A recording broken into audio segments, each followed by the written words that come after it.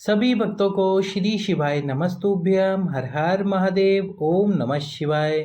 Video को like करके channel subscribe करके वीडियो को शेयर कर दीजिए। तो जैसा कि हम आपको पूरे सावन पार्थिव शिवलिंग जो कि मिट्टी को उठाकर शिवलिंग बनाया जाता है और 5 कंकर वाली पूजा बता रहे थे। पूरे सावन हम इस पूजा को करने वाले थे, लेकिन केवल और केवल पार्थिव शिवलिंग वाली, पर हमने सोचा कि आपको पूरे सावन ही ये शिवलिंग वाली पूजा और 5 कंकर वाली पूजा दिखा देते हैं।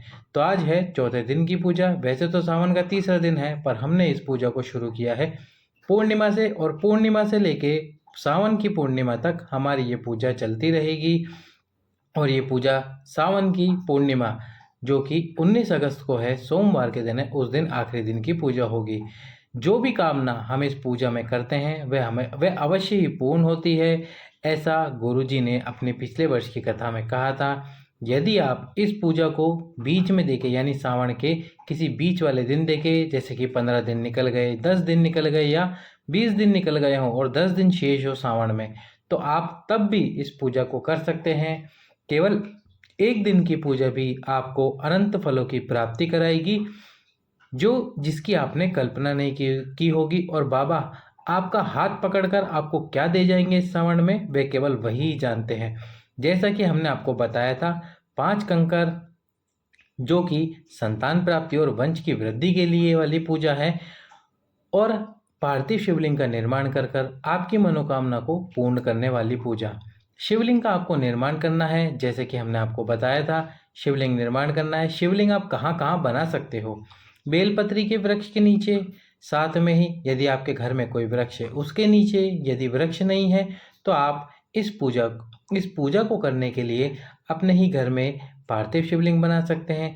यदि आपके पास में समय नहीं है घर में पार्थिव शिवलिंग बनाने का और पूजा करने का, तो आप, यदि घर में कोई पॉट है, गमला है और उसमें आपने कोई छोटा पौधा लगा रखा है, उस गमले में भी आप इस पूजा को कर सकते हैं। शिवलिंग को बना सकते हैं। मिट्टी को उठाकर शिवलिंग स्वरूप देकर इस पूजा को आप कर सकते हैं। अब आप सोचेंगे, जब शिवलिंग का विसर्जन करते हैं उसके बाद में वो मिट्टी वहीं रह जाती है, तो हमें कुछ करना होगा इसके बाद में? बिल्कुल नहीं। अगले दिन फिर से मिट्टी उठानी है, शिवलिंग बनाना है, पूजा करनी है। शिवलिंग की जो पूजा आप करेंगे, आपको जो जो सामग्रियां मिलते जाए वो समर्पित करते जाइए। अभी हमको दुर्वा, पीपल के पत्ते, धतूरे के पत्ते, धतूरा, सफ़ेद आंकड़े के पत्ते और साथ में वृक्ष की 5 पत्तियाँ। आज हमने जामुन के वृक्ष की 5 पत्तियाँ ली थी, वैसे हम आम के वृक्ष की 5 पत्तियाँ ले रहे थे। अपनी कामना करते हुए आज हमने 5 कंकरों पे भी 2 कलश जल, यानी कि दोनों कलशों से एक साथ जो जल समर्पित किया जाता है वो समर्पित करा। तुमरुकेश्वर महादेव और कृष्णेश्वर महादेव, यदि धन प्राप्ति की इच्छा है तो फिर हमने कुबेरेश्वर महादेव का नाम भी आपको बताया है, कुबेर भंडारी का नाम भी आपको बताया है। यदि 30 दिन आपने ये पूजा कर ली तो बाबा आपकी निश्चित रूप से मनोकामना पूर्ण करेगा। यदि धन की कमी जीवन में चल रही है उस कमी को समाप्त करेगा। यदि आपको संतान प्राप्ति, वंश वृद्धि नहीं हो रही होगी तो वो भी आपको प्राप्त कराएगा। 15 वर्षों बाद संतान प्राप्ति भी हुई है, 20 वर्षों बाद भी संतान प्राप्ति हुई है। यही वो पूजा है 5 कंकरों वाली, जिसका पत्र हमने आज आपके सम्मुख में रखा। जो माता 3 बार सीहोर जाकर आई, 2 बार पशुपति व्रत किया, 2 बार सफ़ेद आंकड़े की जड़ का उपाय किया, और जब वो सीहोर गई थी तीसरी बार, तो वो 5 कंकर ढूंढकर उन 5 कंकरों की पूजा कर कर आई। वही पूजा हमने आज आपके सम्मुख में प्रस्तुत की है।